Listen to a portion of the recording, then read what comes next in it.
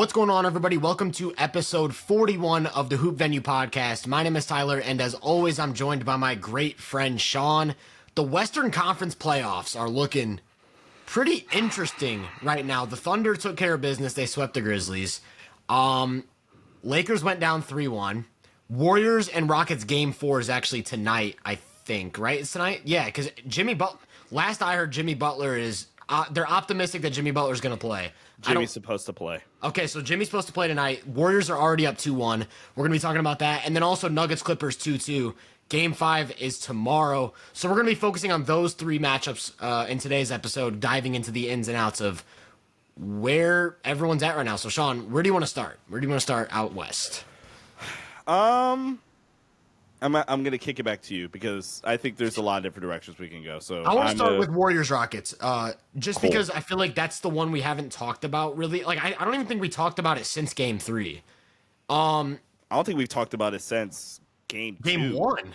Or Game 1, yeah. I don't know. We haven't talked enough about and it's because of the weird scheduling. Like, they're playing Game 4 tonight, and the Thunder finished their series 2 days ago. Yeah. So the scheduling is just all funky with this Warriors-Rockets series. I don't actually know what happened there. But yeah, one of the all-time great shot-making series so far from Steph Curry.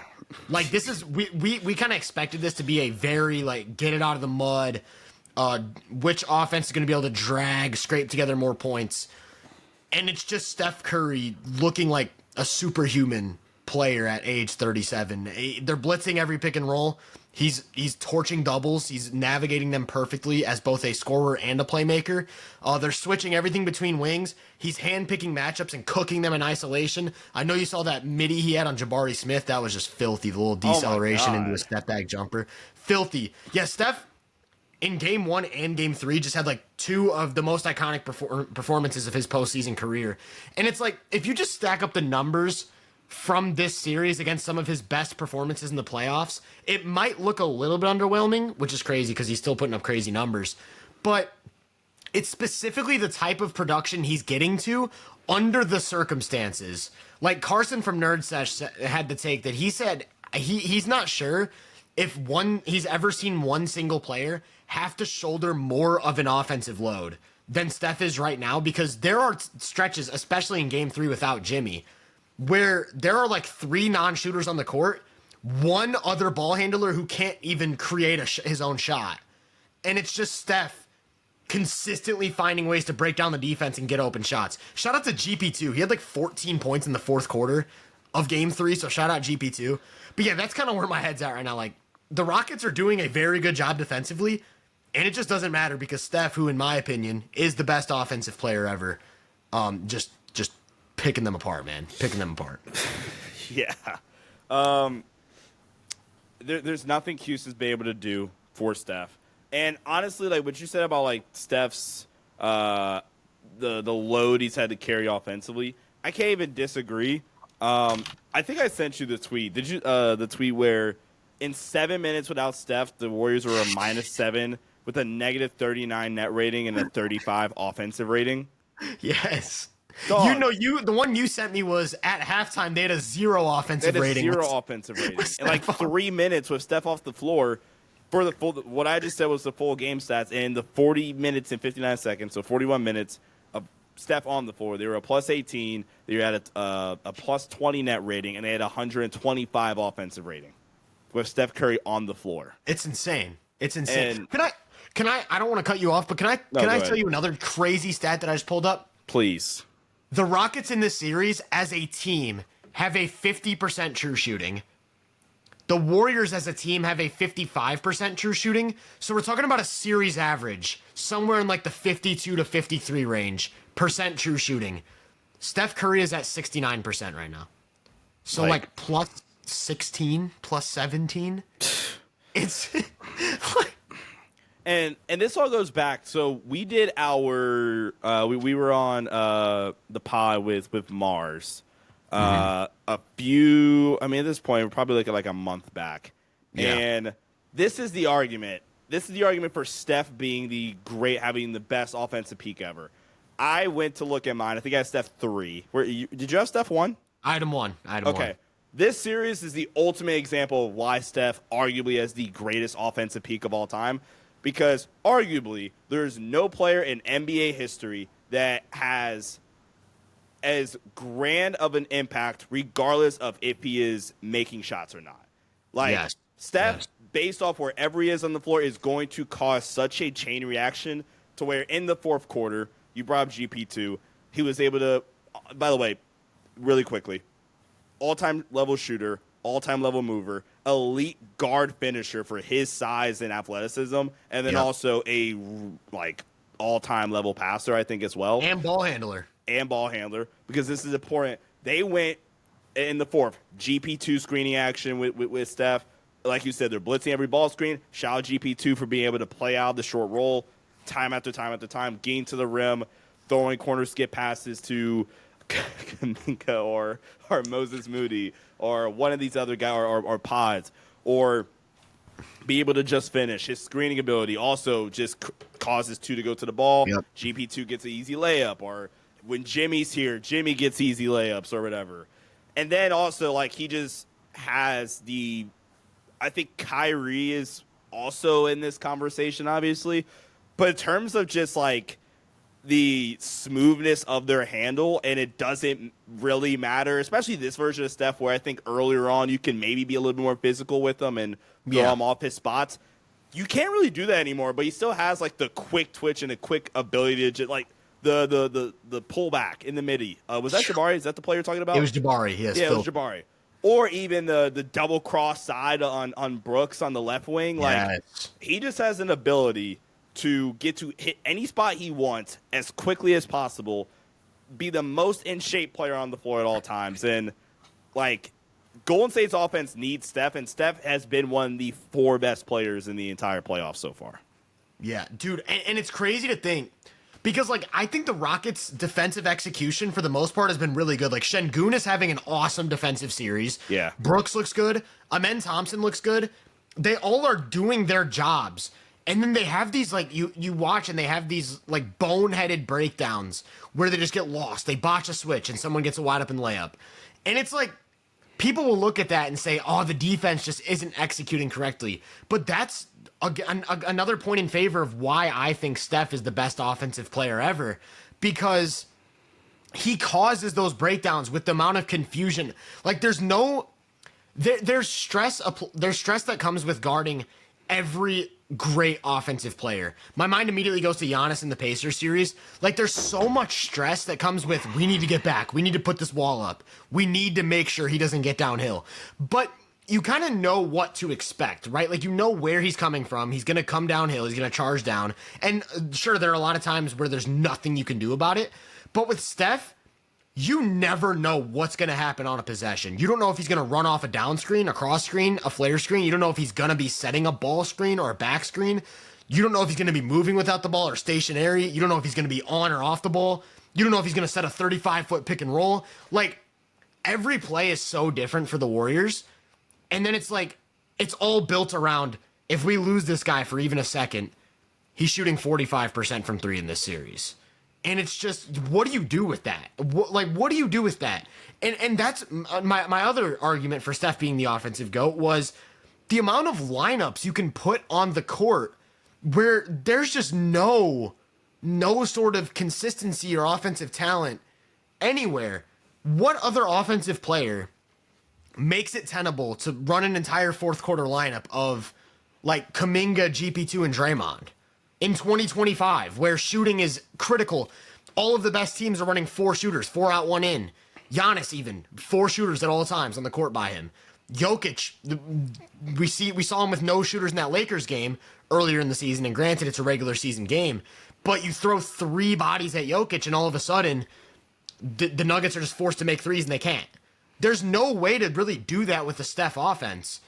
And it's just so unique. And that's why the Rockets can execute to near perfection and still get absolutely burned during the Steph Curry minutes. It's insane. I'm so glad that he's still able to produce like this. It's amazing. Like, bro, this lineup is nasty. Steph, Pods, Kuminga, Draymond Green, Quinn Post. Or Steph, Moses Moody, GP2, Buddy Hield, Kevon Looney. And shout out to Buddy Hield. He had a big game 3. They needed that. So shout out to Buddy Hield.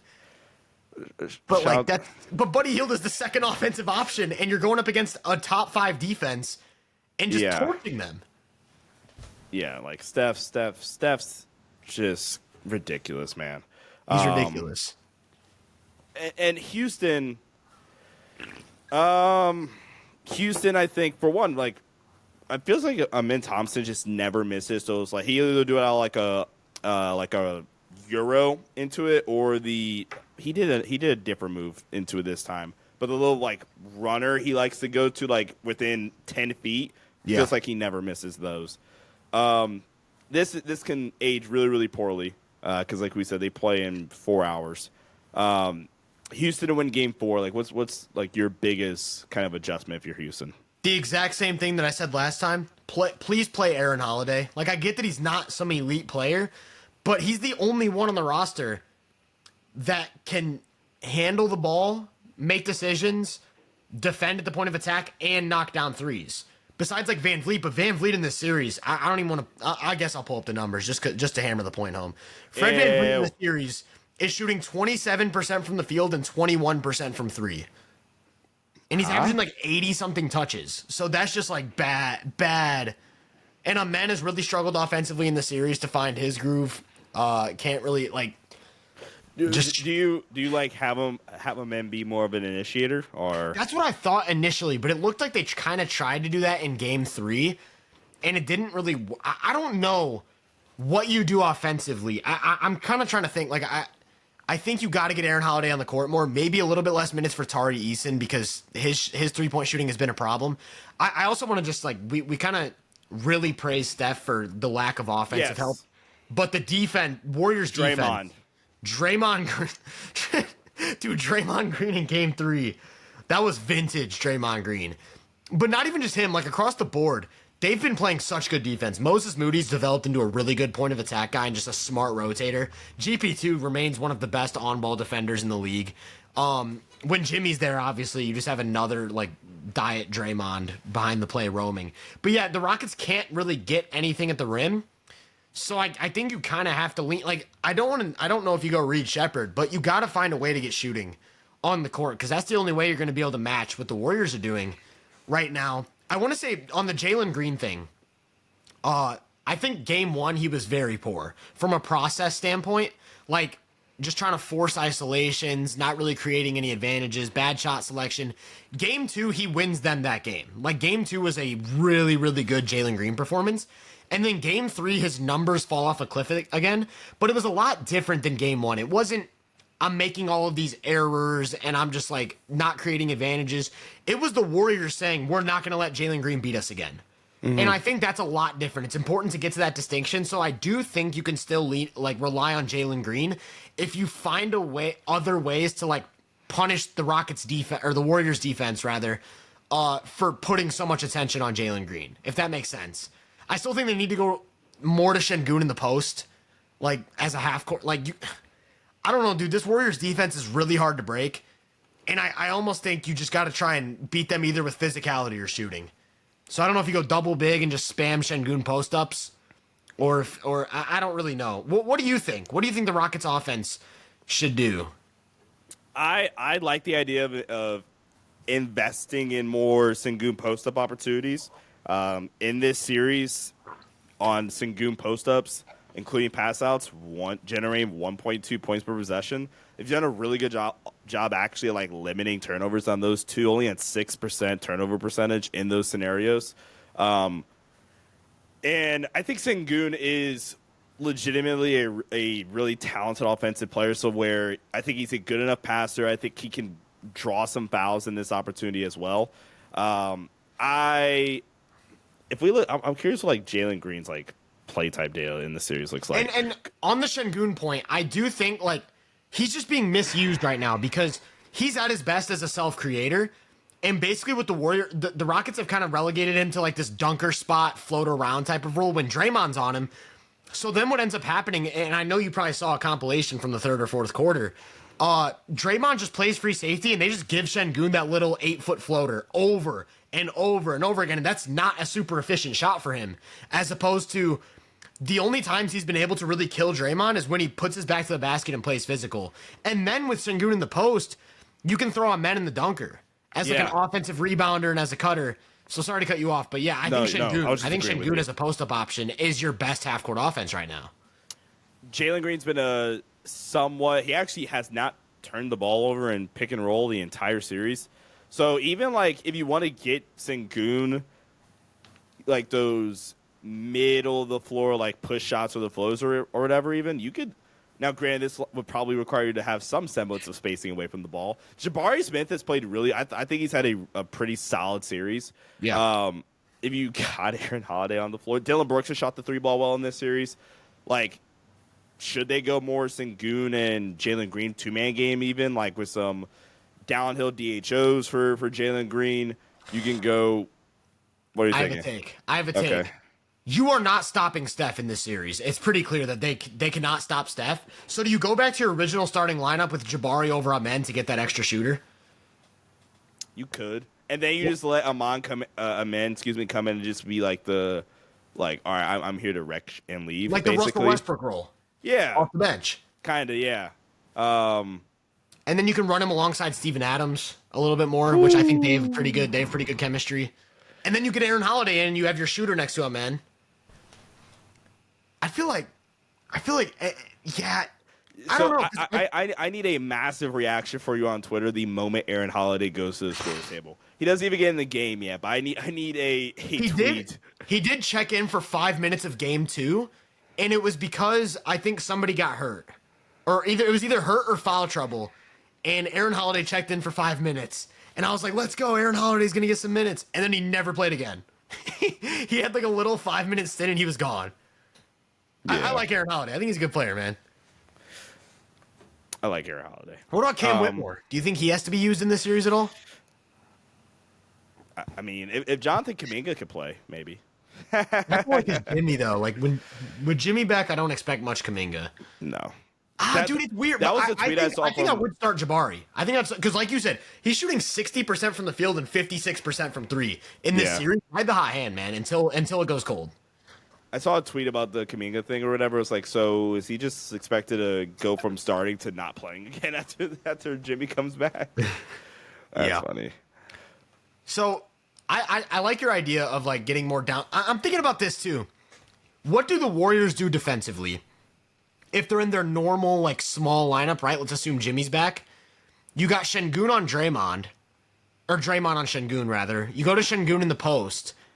And your spacers are Fred, Jalen, Dylan, and Jabari. I feel good about that. Like, am I crazy? Like, that's pretty good offense, I feel like. Yeah, and if you're Golden State, I'm still kind of forcing these guys to hit shots. Yeah, especially Fred, until he proves something. Yeah, Fred has to prove something.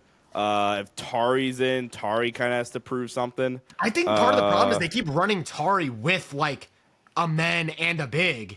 Yeah. And the Warriors can just unleash Draymond as a middle linebacker. I compared it in my video of game 1. I was like, Draymond's basically playing middle linebacker right now. Yeah. And the Rockets have done nothing to counter that. Yeah, oh, my God. Yeah, the Fred numbers are nasty. The Fred numbers are something, dude. And I like Fred VanVleet, but these numbers are something. He's shooting 41% from 2, which is, oh, my bad, second worst out of any rotation player for the Rockets. The only player with the worst percentage from 2 is Dylan Brooks. Yeah. Yeah, I noticed he's shooting way better from 3 than he is from 2. Also, dude, it's kind of tough, though, because now we're in a position where the Warriors have all of the momentum. Jimmy's supposed to be back in the lineup tonight. Going down 2-1 was such a big hole to put yourself in because now it's game 4 in Golden State, chance to go down 3-1. Yeah. That's a tough. That's tough. I think, like we said, I think offensively for Houston, I'm leaning into the physicality. I'm leaning into our best player in Sengun offensively, at least. Yeah. I'm leaning into him a lot more in terms of self-created looks. Lean into the physicality, like, how early do you go Steven Adams to Sengun? They usually bring that in like 2 or 3 minutes into the first. Maybe you go like 5 or 6 minutes into the first. Yeah. Get it in early. Do you make the switch and go Jabari in the starting lineup? I think there's some stuff for Houston to do tactically. But we'll have to see. Game 4 tonight. Again, all this could just be like completely like wrong and like yeah, they played 2 hours or whatever. Yeah. Speaking of being completely wrong, you just made a beautiful transition for me. In our pre first round prediction video or podcast, I should say, I gave you a scenario. I said, if you told me that in all 7 games of the Lakers and Wolves series, the fourth quarter came down to game is tied at 100, 3 minutes left to go, how many games would it take the Lakers to eliminate the Wolves due to late game execution? And you said Lakers in 5, and I'm pretty sure I agreed with you. I was like, yeah, I think so too, because I just trust their late game execution a lot more with LeBron, Luka, and Reeves and all of that decision making with the 5-out spacing and things of that nature. And then that was ultimately why I leaned towards the Lakers in my prediction. I said, I think the Wolves could lead this series through 3 quarters every game and still lose the series, kind of like the Dallas Conference Finals series from last year. And boy, was I wrong. Game 3, we get the exact scenario I was talking about. 103-103, 4.5 minutes left, and the Wolves outscore the Lakers 13-1 down the stretch. Through 4 fourth quarters, they're up 105-69 in this series. So my question for you is, whether it's offensively or defensively, where do you think the Wolves have such an overwhelming advantage in these fourth quarters? Well, really quickly, this is why I can't really feel bad about having this series wrong, actually, because, like, what am I supposed to do about that? Like, hey, you said we were wrong in how the series turned out. I think the series turned out in the exact way we kind of thought it was. Game 1 was the outlier of the series or whatever, where, okay, Minnesota came out more energy. They kind of punched the Lakers in the mouth for their physicality, and the Lakers weren't prepared for it. For the most part, every other game in the series is kind of went how we expected it to go, especially Game 3 and Game 4, where it's back and forth punches thrown both ways, and then in the fourth quarter with 4 minutes or X amount of time left, it is a tie game or it is a 2-point game, one way or the other. And both times the Timberwolves just out-executed the team with Luka, LeBron, and Reeves on the team. I think the biggest advantage in the fourth, if we're talking about fourth quarter specifically, I think it's the biggest weakness, I think, of the Lakers, and I maybe overlooked this a little bit.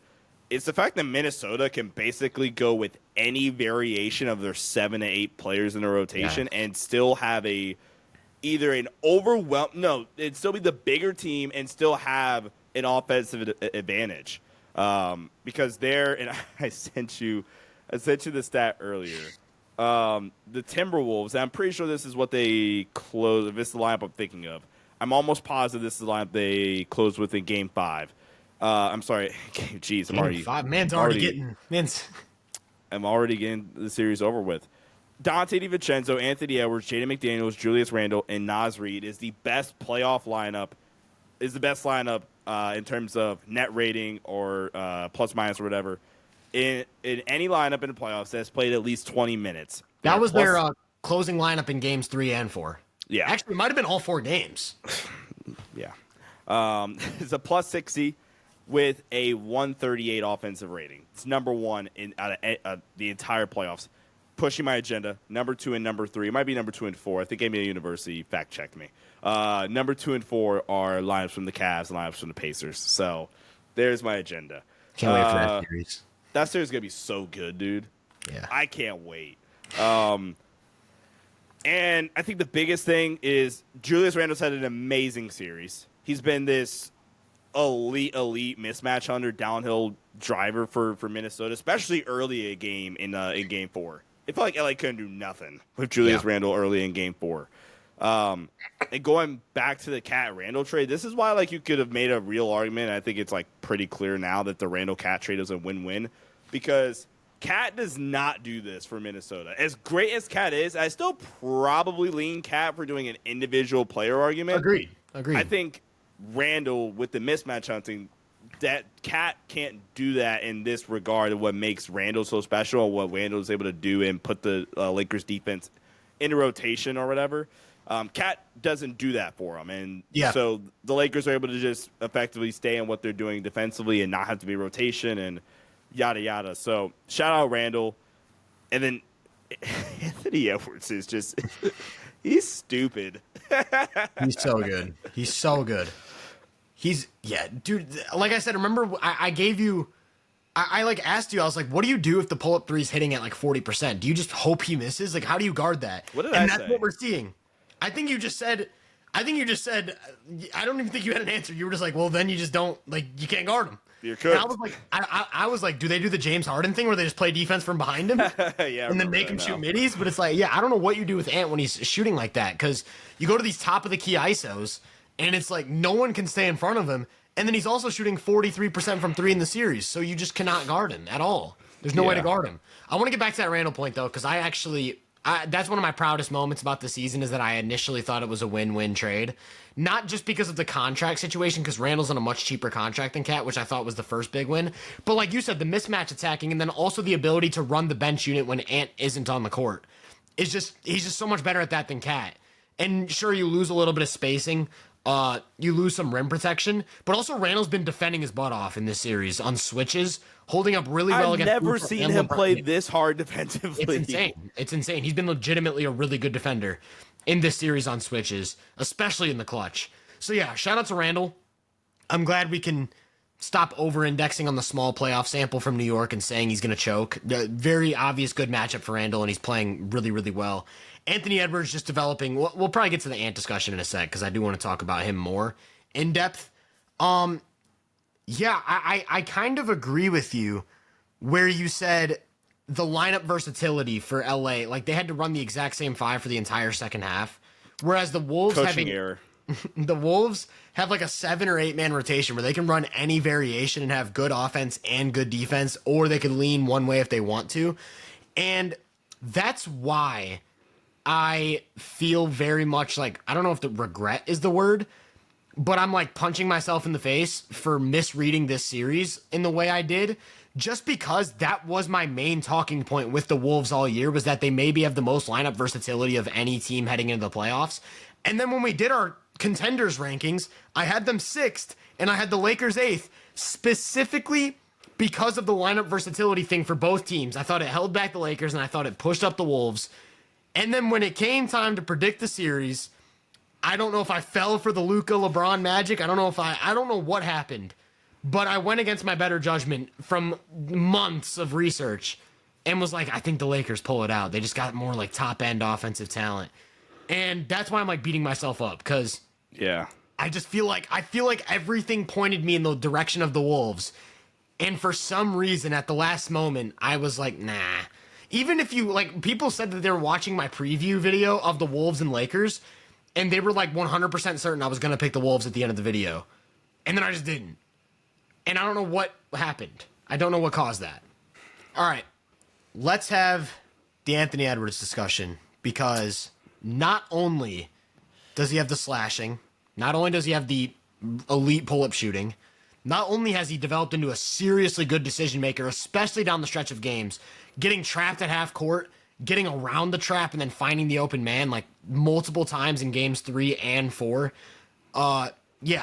Offense, just one on a short list of the most devastating offensive players to go up against in a playoff series.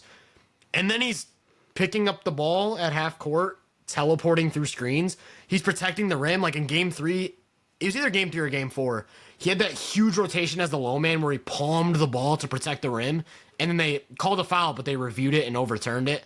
And it was deemed a legal stop. Like, how many players in the league are you taking over this version of Anthony Edwards? Yeah. I think that's the other big leap. And this is why I think I said I did in my prep video. And this is another reason why I can't even be mad at me being wrong and the Lakers being down 3-1, because one of the things I also said was, okay, look, now on top of the 3-point shooting thing that we already talked about here, so if Ant decides to be like an elite 2-point scorer like he was in the last playoffs and shoot, what was it, 50% or whatever from the mid range, or decides to take a massive leap as a decision maker and as a playmaker, then again you're kind of just cooked and you're talking about one of the easily 5 toughest players to game plan for in the entire league. And he has not had a good 2-point scoring series, as a matter of fact. He's had equally as high, and in some ways even higher rim volume compared to previous playoff runs. I want to say he's like 32% of his shots have come at the rim, which on average is a little bit closer to 29%, which, by the way, is pretty elite slashing ability. Yeah. So, again, he has not had a good 2-point scoring series. I think he's like a 49% 2-point scorer. It's like 46 right now. 46. Okay. 46% 2-point scorer in the series, which I'm actually curious at what that is. I'm going to assume it's, without like looking specifically at the film, I'm going to assume it's the Lakers funneling. Well, no, he's actually missed a good chunk of his layups in the series too. So that's actually a consistent thing. Touch has always been like the one, like low hanging fruit for Ant, where it's like if you just become a really good touch finisher, well, then you're cooked. That's it. But then Ant just decided to be a really, really good decision maker. Really good. Basically over. And I like the stuff that I talked about in my breakdown, going back to their February 27th matchup. He has just consistently picked at the part. Yeah. Throughout every game of the series. Even in game 2, and I think there's a lot of people saying, well, the Lakers zoned them. No, they didn't. That's their base isolation defense in game 2. Minnesota just has yet to counter it all series, which is a pinch. I mean, they had the one adjustment where they kind of just flattened the corners.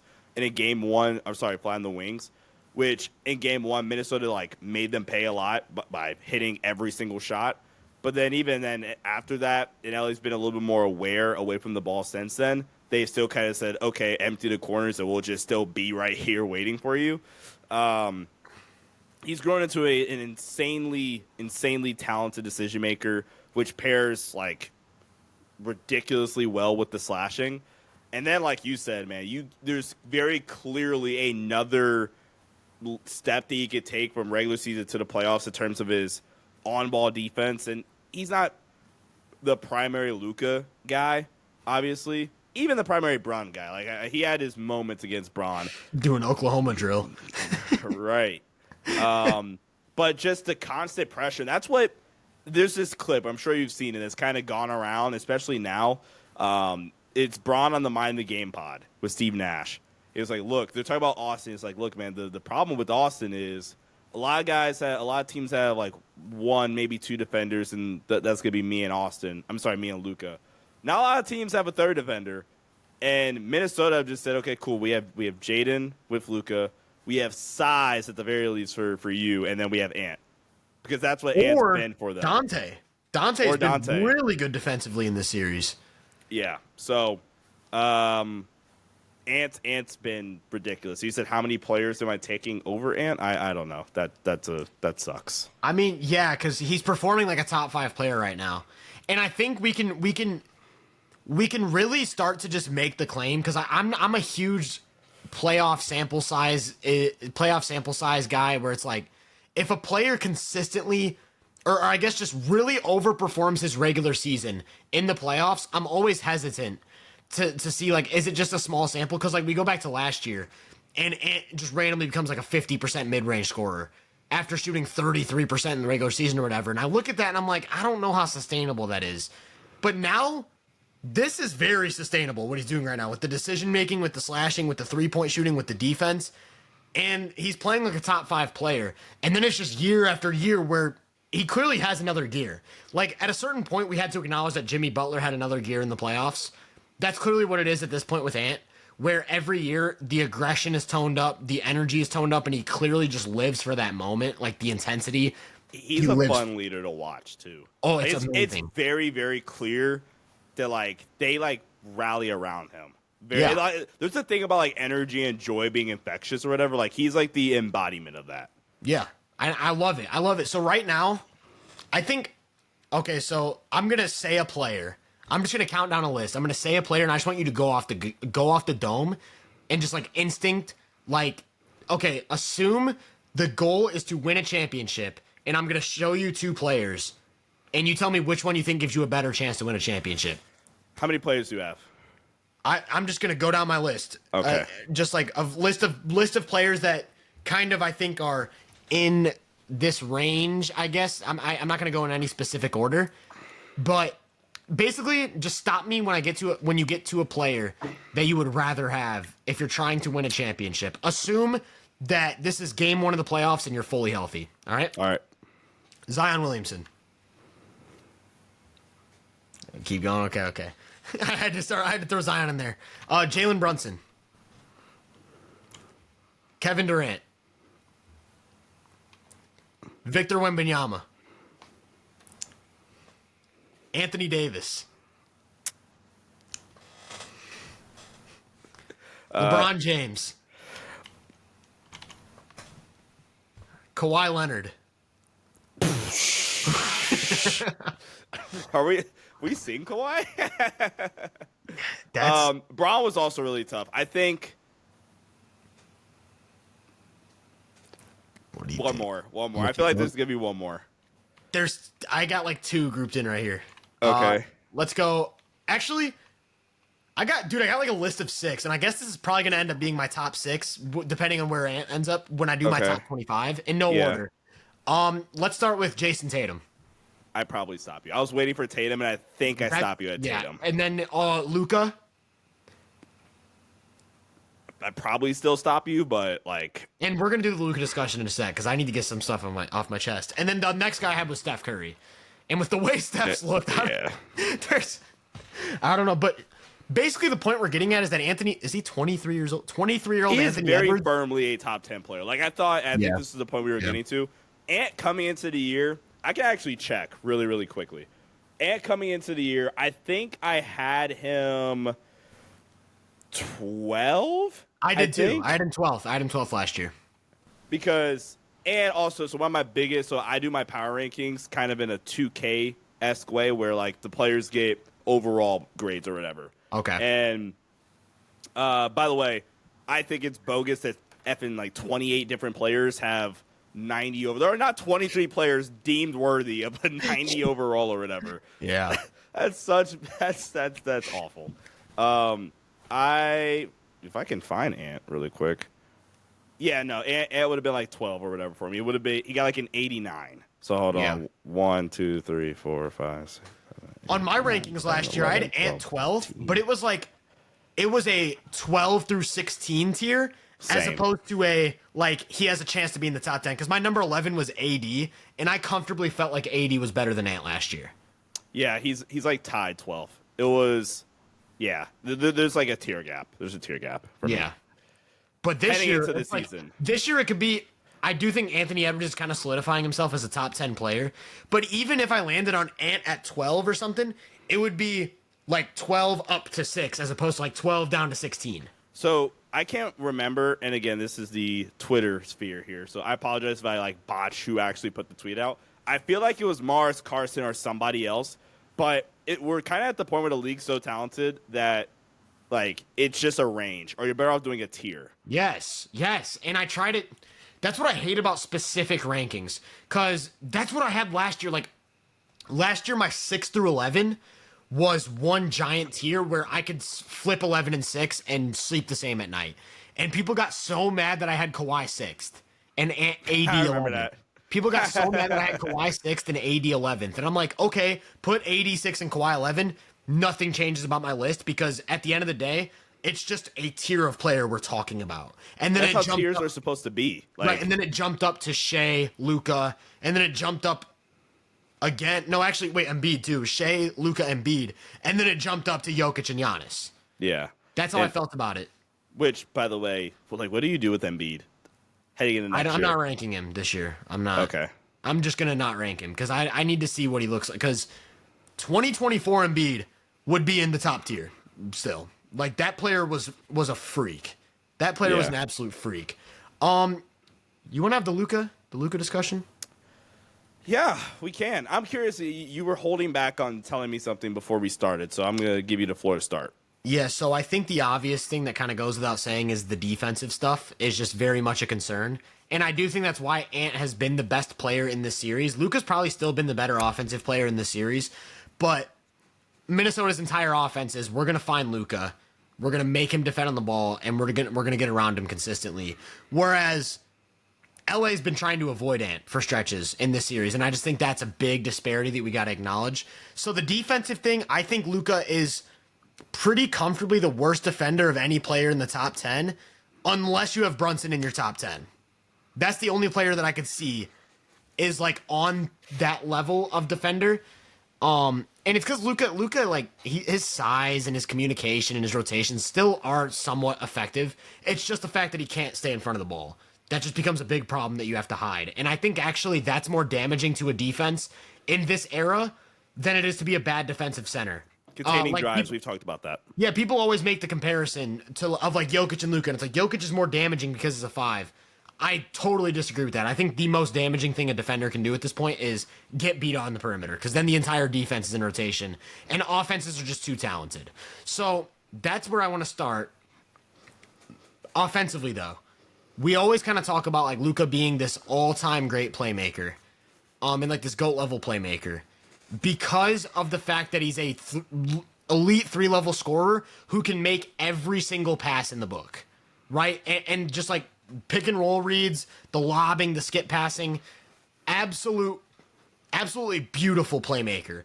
And I think maybe this is more on display with this Lakers roster construction because he's playing in 5-out lineups, but he really relies on a roller to create rim pressure for him in order for him to make those types of reads as a downhill playmaker. And I'm thinking about it this way. This is the second series in a row, it's Boston last year and then this year, where Luka is at like 5 assists per game while still getting like 100 touches. And it's like, I have a theory that more teams are figuring out that we can just switch everything against Luka, and if he's not going to get all the way around the guy guarding him, we're just not going to help. And then what does he do as a playmaker? Like, look at the fourth quarters of these matchups where they're switching Naz Reid and Randall onto him, leaving them on islands. And granted, Luka being sick and all that stuff probably makes it look worse than it actually is. Especially in game 3. Right. But, like, Randall just stonewalling every time he tries to drive, and then Luka has to score. And then it's like, okay, is the jumper falling? And I just don't... Which it has been. Like, has Luka really... And I guess this goes back to the discussion we had a few weeks ago. Is it teams figured out how to limit Luka's playmaking in a way you can't do with some other guys? Or has Luka seriously regressed? Because going back to like 2022, 2023 Luka, I don't think you could do this because he consistently got all the way around his defender every time in isolation. And so it's like, I saw a tweet today and it was Luka, who's been a better playmaker in this series, Luka or Anthony Edwards? Shout out Mars. I saw that was a poll. And it's like low God, key. We're just plugging Mars the entire episode. Shout out Mars, man. Go follow Mars if you're listening to this. But like, am I crazy for thinking it's been Anthony Edwards because he's breaking down the defense every time, and Luka's just being played straight up? Like, you had a 1-assist game from there in Luka in this series, and you have I think a 2-assist game. I think a 1-assist game and a 2-assist game. And then you go back to the Boston series, same thing. They're making him play one-on-one. He can't get all the way around his defender. There's no one to pass to, and he has to take a tough jumper. And it's like, because he's such a talented offensive player, that floor is still so high. Like, we're still talking about probably the third or fourth best offensive player in the league. But it's a lot different than that mega all-time offensive impact you get with a guy like Jokic. Okay, so which side of the ball do we want to start with? Because in some capacity, I have some disagreement depending on where we want to start. Let's talk about the offense. I want to focus on the offense. I think Luka's best quality as a passer and what makes him this unfair level playmaker is his ability to manipulate the low man consistently. Agreed. Luka is easily the... Hold on. I want to Okay, yeah. I would say Luka is the best playmaker in the league in terms of the ability to just manipulate the low man. He's the best ever. He's the best ever. Okay. When we do not get to be put in that situation, this is potentially Luka Bale here. But if we are just going, this goes back, I've talked about this on end with the damn screening angles. The 3 different examples in Game 4 where the Lakers actually changed their screening angles and forced. Because, look, this is why it's important. If we go side-to-side screen or an east-west screen, which is like your typical angled pick and roll in the NBA, right? That you cannot – and Minnesota is switching everything to your point. Minnesota is just able to switch underneath and jam the roller and make sure we have somebody in between the rim and the basket and the roll man at all times, which limits Luka as a playmaker because of what we said. Now we don't have to get a rotation. The low man isn't sinking in all of a sudden. Now it's Luka go get a bucket, and due to the fact that Luka now is definitely a more jump shot reliant, that's not even a discussion. Now it's, okay, like you said, is the jumper falling? The 3 occasions where we actually saw the Lakers manipulate the screening angle and screen the back and just sealing them off, and 3 straight times, Rui gets a short roll layup, Rui gets a short roll kick out, Rui gets a short roll advantage 4-on-3 or 3-on-2 or whatever the case may be.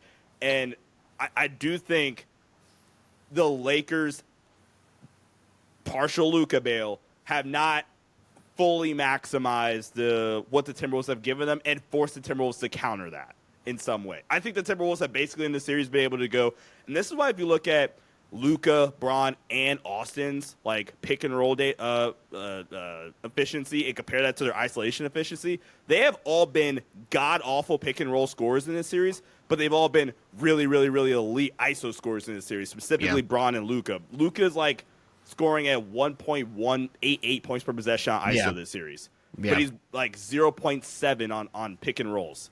Now, this is where, to your point, I think Luka being a little bit more jump shot reliant now.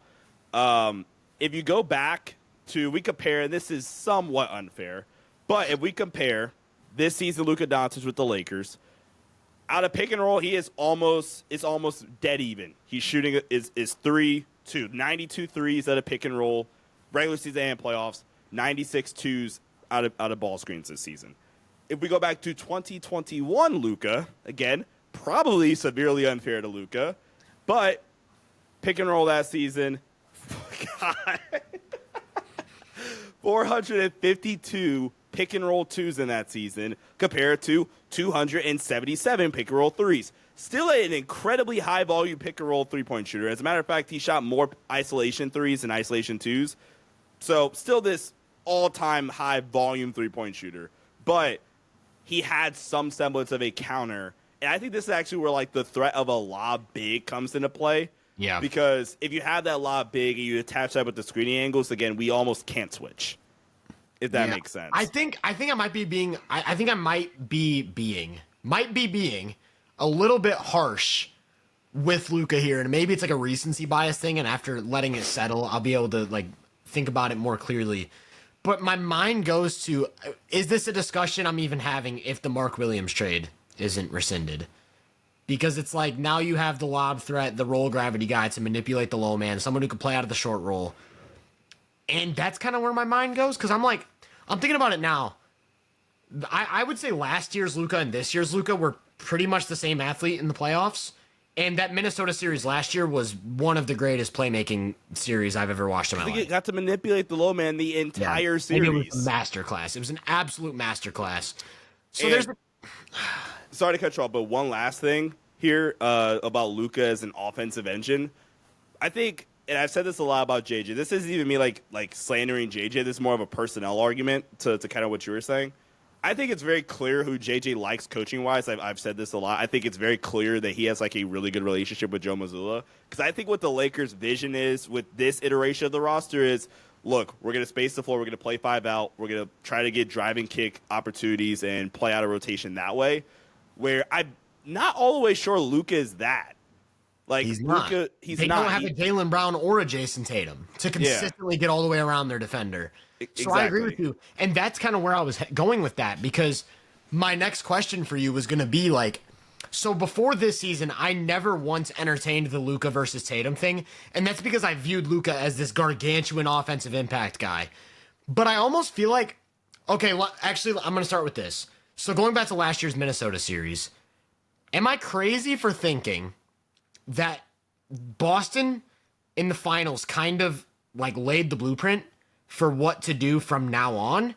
So if we went back and replayed the 2024 Wolves series, would they not just approach him a lot differently defensively? I don't think so. You don't think so? Why not? No, because they weren't playing 5 out. Yeah. Dallas They wasn't weren't playing 5 out against Boston either, though. But Boston played the bigs off the court. They took away the lobs. Boston's the best, one of the best defensive teams in terms of personnel ever. And Boston also, I think this is also another reason why I think Jaden McDavis played really, really well in this series. When Minnesota, because they didn't switch last year, and now we're playing drop or we're hedging or playing 2 on the ball a lot more. Now Luka's able to throw his body around a little bit more at Jaden last year because we have the threat of the lob. So even if we do switch and we do try to muck things up a little bit more, Gafford and Lively, I thought, were still more than capable of being able to play out of the short roll or be able to attack an advantage where there is literally nobody on the Lakers roster that could do that this year. And then you run into the brick wall that's the Boston Celtics that just dominated all last year. And side tangent, I feel like we're doing the same thing we did to Boston last year to OKC now, where it's the entire year we're trying to ignore the fact that this is a historically great team and they're going to win the title, and that we're doing that with OKC right now. But I think they just ran into like the worst matchup possible, which is why I didn't like over-index and over-criticize Luka for the finals. I just thought, look, Boston's clearly the best team. This is never going to be a series. What are we doing here? Yeah, okay, I hear you. But so going back to my question, like, I never would entertain before, like, right now. But now I'm thinking about the landscape of the league and the way Tatum's evolved as a decision maker and the fact that he's one of, like, the 5 most versatile defensive players in the league, plays on or off the ball on offense, consistently gets around his defender and creates that pressure and isolation, has the pull-up shooting. Like, am I crazy for thinking that there's a legitimate debate to be had and maybe even favoring Jason Tatum? If you're trying to win a championship, he's easier. Like, he gives you more of a chance than Luka. I'm gonna use the word you said. I think I would rather start my team with Tatum. Okay. Because it's just the easiest outcome to getting to my goal, which is winning a title for everything you said. Okay. It's a debate if he's the better overall player, if he's the better player than Luka. I think that's still more of a debate. But to your point, I think this is what you're trying to get at. Like, 12 months ago, this was not a conversation. If you even dared breathe Tatum's name near Luka's, you were insane. You were a Celtics fan. Yeah. Because I remember that was a debate that was being had all summer. And everyone was like, Luka was by far the best player in the finals, which is a debate. But yeah, it's like, yeah, I don't know. But I guess that's kind of where my head's at with the Luka thing. Like, I've been kind of like preemptively thinking about my player rankings coming up for the offseason. And I don't really know what to do with Luka because it's like, I don't know if teams have maybe figured him out a little bit or he's regressed as an athlete or if it's just poor roster construction from the Lakers. And next year they get a big and he's right back to what he was doing last year. I didn't think about the Mark Williams thing. That sucks. Oh, by the way, Luka Doncic against the Timberwolves last year, 32, we're rounding up, 32, 10, and 8 on 62.7% true shooting. It was insane. And the playmaking, like 8 assists downplays the playmaking. Yeah. He was just picking them apart. That was an all-time great offensive series. So, yeah, maybe I am over-indexing because Tatum can't hit those heights offensively. But then it's like Tatum unlocks more defensive lineups than maybe any player in the league because of the fact that he can protect the rim and rebound while also switching 1-5. I don't know. Tatum, I just think Tatum's underrated. Tatum's for sure underrated. And he's also not this, like, uber efficient offensive player, but like he's like legitimately a really, really good offensive engine still. Yeah. One of the best ISO players in general in the entire league, where if the jump shot's falling, he's just able to get to his spots wherever he was. Do you see the movie he put on? I think it might have been Paulo, and this might be the possession where he got fouled, but it was just nasty separation ability. I know what you're talking about. On the left wing? On the left wing, yeah. Just nasty separation. And then, like you said, the playmaking and the decision-making in general from Tatum. And the fact that he can, like, be versatile offensively and play on and off the ball with the defensive stuff. Yeah, Tatum's awesome. Yeah. Okay. So we got one more series to talk about. We do? We have one more series to talk about. And so started off by talking about, in my opinion, the best offensive player ever. Talked about another gargantuan offensive impact guy in Luka. And another guy who I think is in discussion for the best offensive player ever. And to me has pretty clearly developed into the most complete offensive player ever Jokic had a vintage classic, just all-timer in game 4. 36 points, 21 rebounds, and 8 assists on 65% true shooting. That's kind of the Jokic we were waiting for.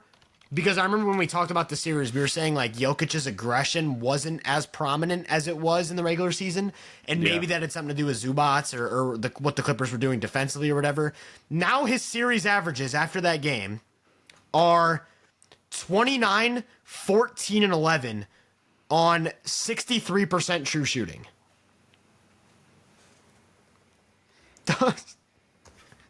Those are his series averages. I'm not a huge fan of the Basketball Reference advanced metrics, but box plus minus of 17.2. Nerd. Plus 48 on off in a minuscule sample size. I don't know. I think game 4 was like everything we've been waiting to see, where we're going to run inverted pick and roll. I'm going to put Zubats in space. We're going to push the pace, and I'm going to stretch the floor to make Zubats defend 30 feet away from the basket, and we're going to get cutters and drives. We're going to get all that open.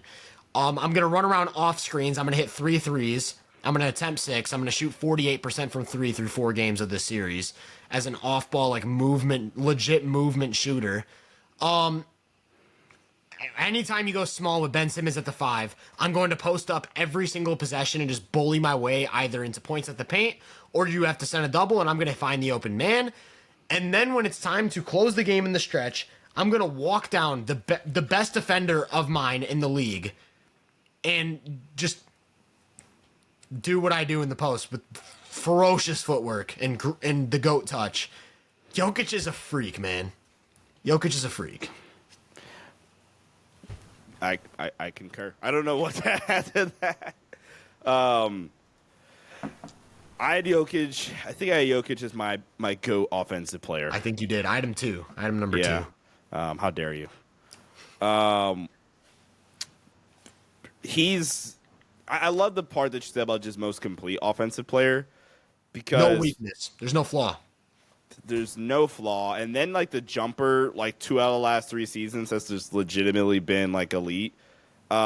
He's also like one of the more versatile offensive players ever. In terms of like ways we can get you to score. Like I literally filled up every single synergy play type that they have, multiple scoring possessions on each one, and obviously he was as just insanely efficient. Now I don't know what the hell that last shot was. Sorry, pass. Sorry, pass. Shout out Eric Gordon too. Yeah. Denver kind of leaned into the fact that, look, we're not playing nobody else. Every single starter for Denver eclipsed 42 minutes in Game 4. That's one thing I do like. I feel like this has kind of been a trend. Maybe I'm missing it. Like there's a added level of desperation, it feels like, out of a lot of these teams in the playoffs this year, which is so fun. Yeah, 100%. On top of the general physicality I feel like we've had in the playoffs. I don't know. Does Game 4 like change your perspective or outlook on the series at all? It doesn't, and I'll tell you why. I'll tell you why. I think Jokic, honestly, after that game, I think you can make the argument that he's been the best player in the playoffs. Also, what hasn't been acknowledged enough, which I was talking about a little bit on Twitter today, the Nuggets have done a really good job defensively against the Clippers.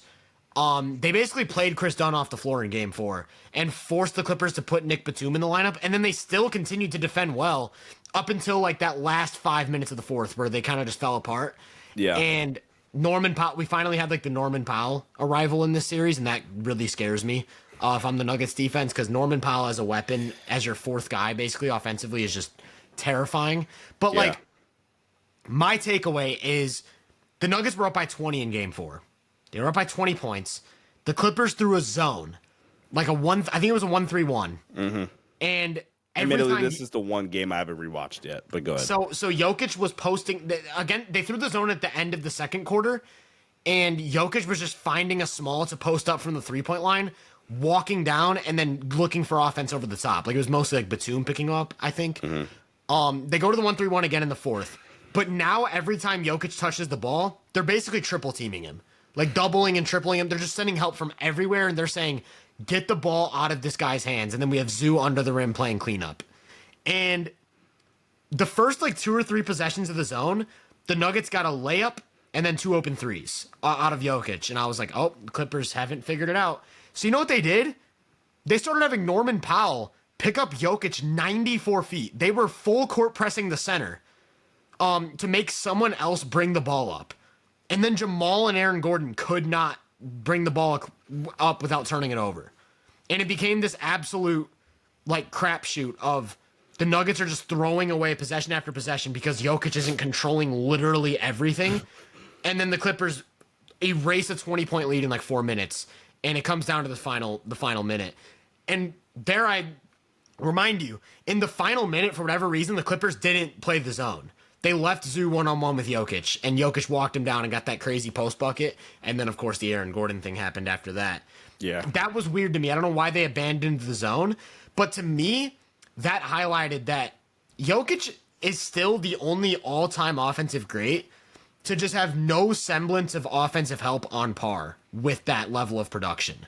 Like, we're talking about Steph and the way that he forces teams to react to his pressure and the way, but all that stuff. But like, at the very least, you can rely on Draymond Green to dribble down the court and set up the offense and make things organized. Yeah.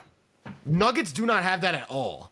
And that's where I actually think Russell Westbrook was dearly Really missed in Game 4, because that's the guy that would have been initiating, and that's also the guy that would have been attacking the zone from the second side. But like, yeah, man, I don't know what you do if you can't get the ball to Jokic every possession, because every time things don't run through him and the Clippers increase their intensity and their pressure, you see that these guys just can't do anything. So if they go back to that zone a lot in Game 5 and they find a way to keep the ball out of Jokic's hands like they did in that fourth quarter, I start to worry quite a bit. Game 5's tomorrow, right? Tomorrow, yep. Unfortunately. Extended break. Feels like it's been forever since Game 4. Yeah, and then every other game after that is like, for every series, it's just every other day. There are 4 games tomorrow. I know, or today if you're watching this right now. Yeah, true. Yeah. So what do you think? Like, 2-2. Do you have any other, like, you said you haven't watched Game 4 yet, so, but I like, haven't rewatched Game 4 rewatched yet, it. You haven't rewatched Game 4 yet, but is there anything you picked up in the first 3 games, or maybe just with the series 2-2 and Jokic seemingly? Didn't we talk about how Jokic figures out defenses by Game 3 or 4? Did we? I feel like we had that discussion. I think we had this discussion specifically when talking about them and the Warriors. Yes. In that 20 yes, Game 3. 1 series? 22. It's 22. 22. Okay. I always Game 3. After Game 3, he was flawless. Yeah. Yeah, like, I think the Nuggets in this position, like, this is the best position you can be in if you're the Nuggets. Like, you stole a game in LA, you're back to Denver 2-2, and Jokic is at peak form right now. Yeah. So, like, man. What do you do if you're the Clippers, though? Like, are you just content with, look, this Jokic fella, we're cooked?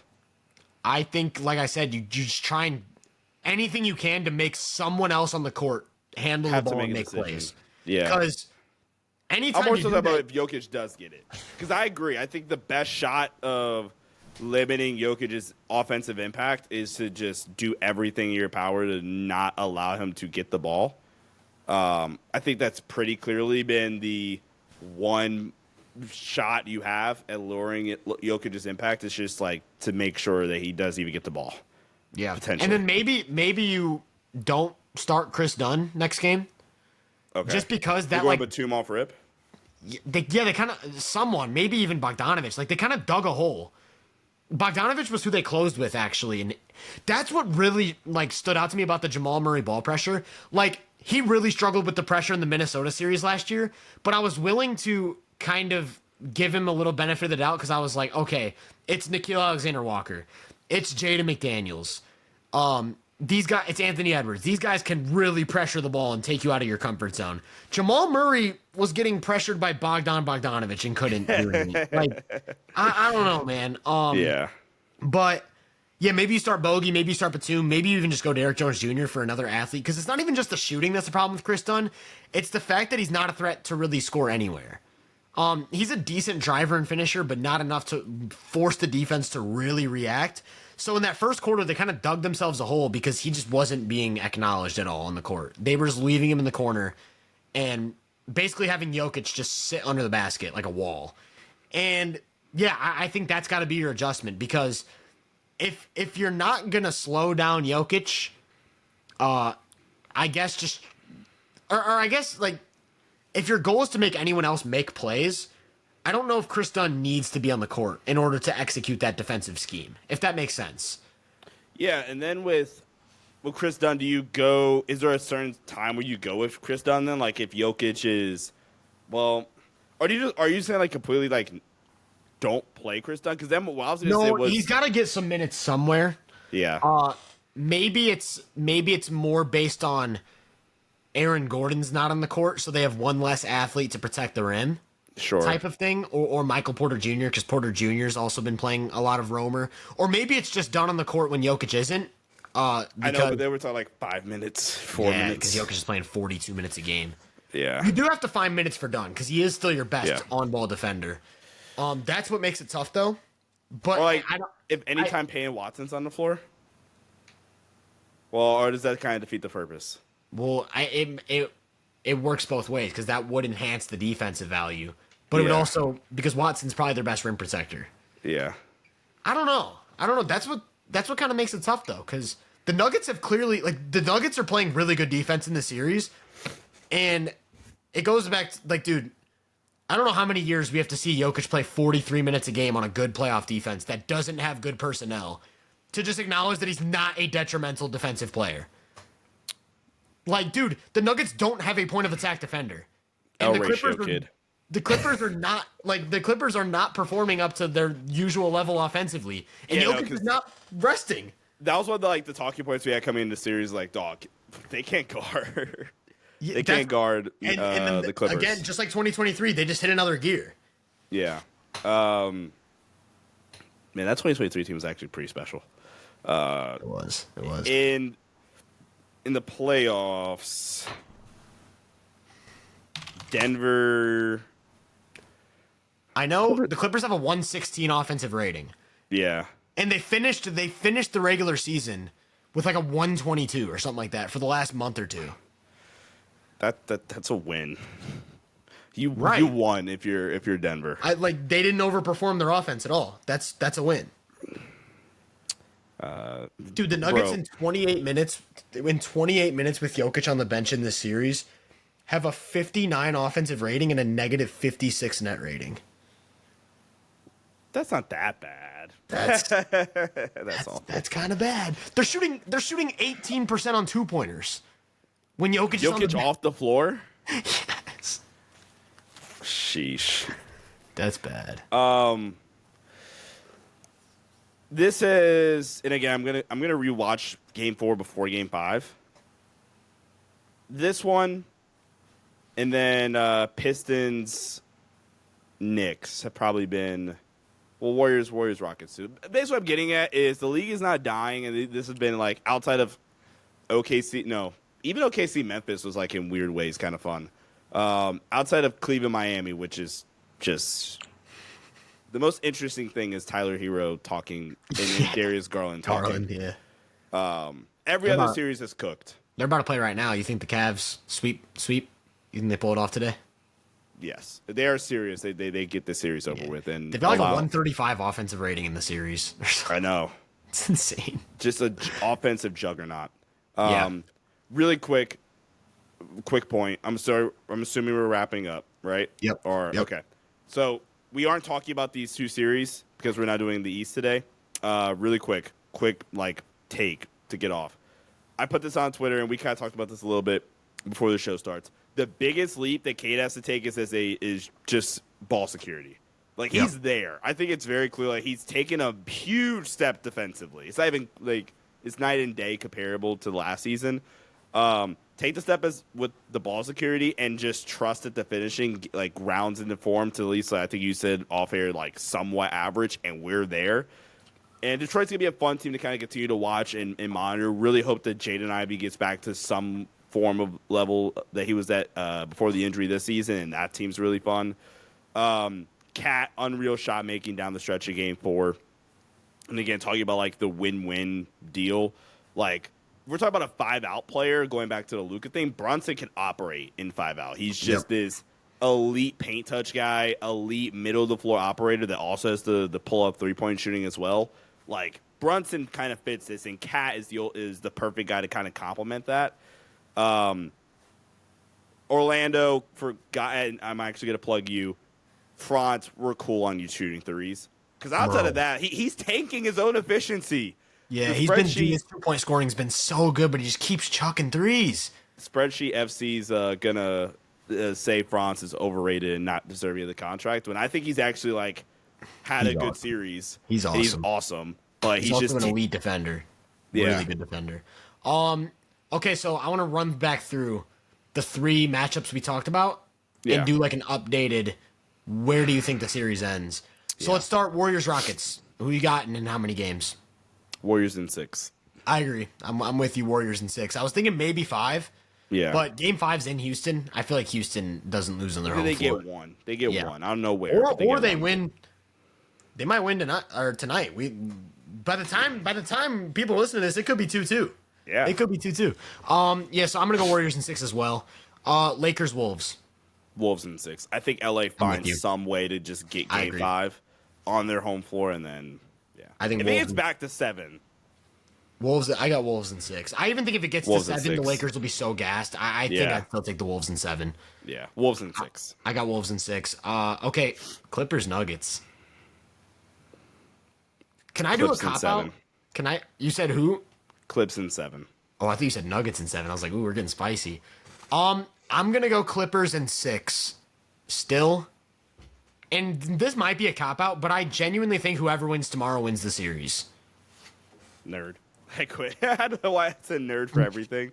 But no. like, that's kind of a cop out. But it's like if the Clippers win Game 5, there's no way they lose Game 6 on their home court. But if the Nuggets win Game 5, they're up 3-2, and you give Jokic two chances to close the series. Are we sure there's no chance they lose Game 6? I don't see it happening. Okay. I think it's fair. I think it's fair. I for the NBA fan, I want 1 7-game series. So that's I'm saying if my only if the Nuggets win tomorrow, then the Clippers win Game 6. It's 3-3 headed back to Denver. Yeah. I do think that's the outcome where Denver wins the series. You think so? I don't think Denver wins Game 5 and 6. Yeah, I'm with you. I think I'm gonna go Clips and set.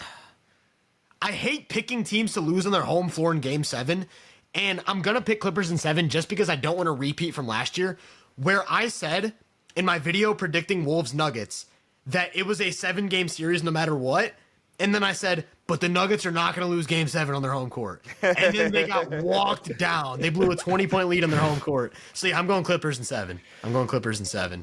Any other thoughts on these matchups or anything else going on in the playoffs? No. Second round's going to be elite. Yeah, I can't wait for Cavs Pacers specifically. Also, Thunder versus whoever wins this matchup. Potentially Wolves Warriors.